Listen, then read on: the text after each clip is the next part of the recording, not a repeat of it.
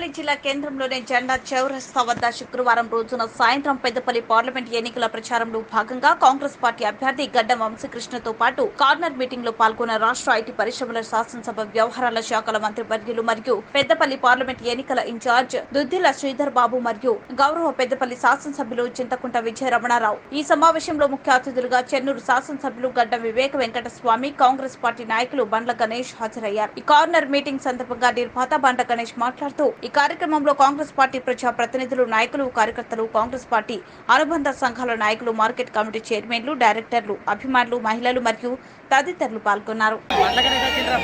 పెద్ద మనసున్న పెద్దపల్లి పార్లమెంట్ నియోజకవర్గ ప్రజలందరికీ, ప్రేమతో ఇక్కడ విచ్చేసిన కాంగ్రెస్ ప్రతి కార్యకర్తకి, కరీంనగర్ జిల్లాని గుండెల్లో పెట్టుకుని తెలంగాణ వ్యాప్తమే కాకుండా భారతదేశం అంతటా తనకంటూ ప్రత్యేక స్థానంతో ముందుకు దూసుకుపోతున్న టైగర్ దుద్దిళ్ల శ్రీధరబాబు గారికి,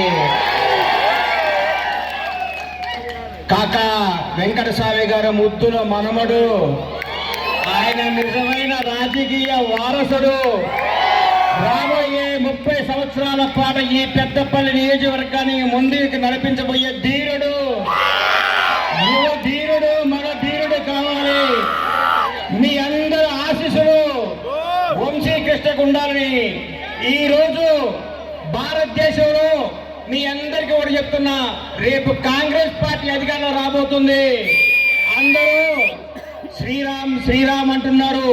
మేము శ్రీరామ్ భక్తులమే, మేము హిందువులమే, మేము మైనార్టీని ప్రేమిస్తాం, ముస్లింలను అభిమానిస్తాం, క్రిస్టియన్ని గౌరవిస్తాం.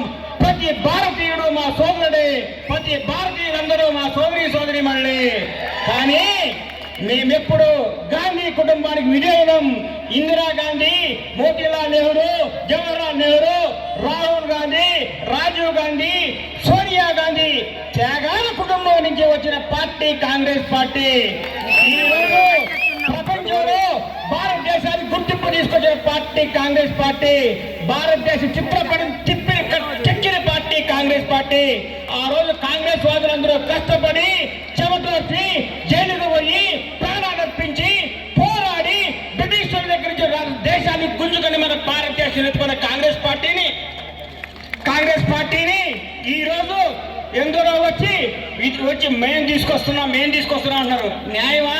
మీ చరిత్ర 45 సంవత్సరాలు పుట్టిన బీజేపీ పార్టీ, 100 సంవత్సరాల పార్టీ కాంగ్రెస్ పార్టీ. కష్టాలు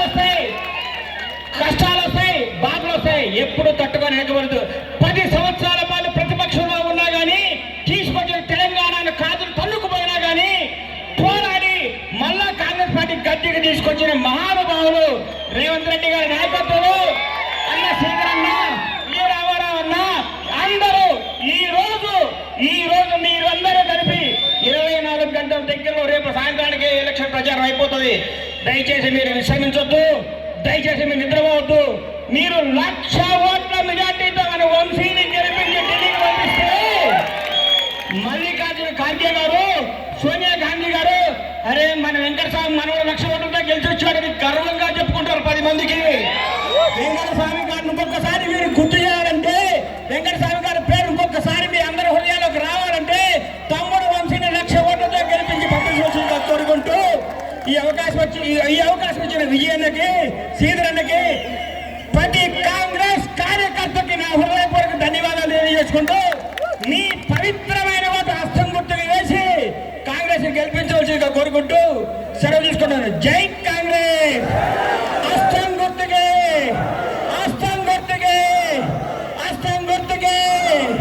రాహుల్ గాంధీ నాయకత్వం, రాహుల్ గాంధీ నాయకత్వం, రాహుల్ గాంధీ నాయకత్వం. అరే లేపండి, అలా చేయలేపండి.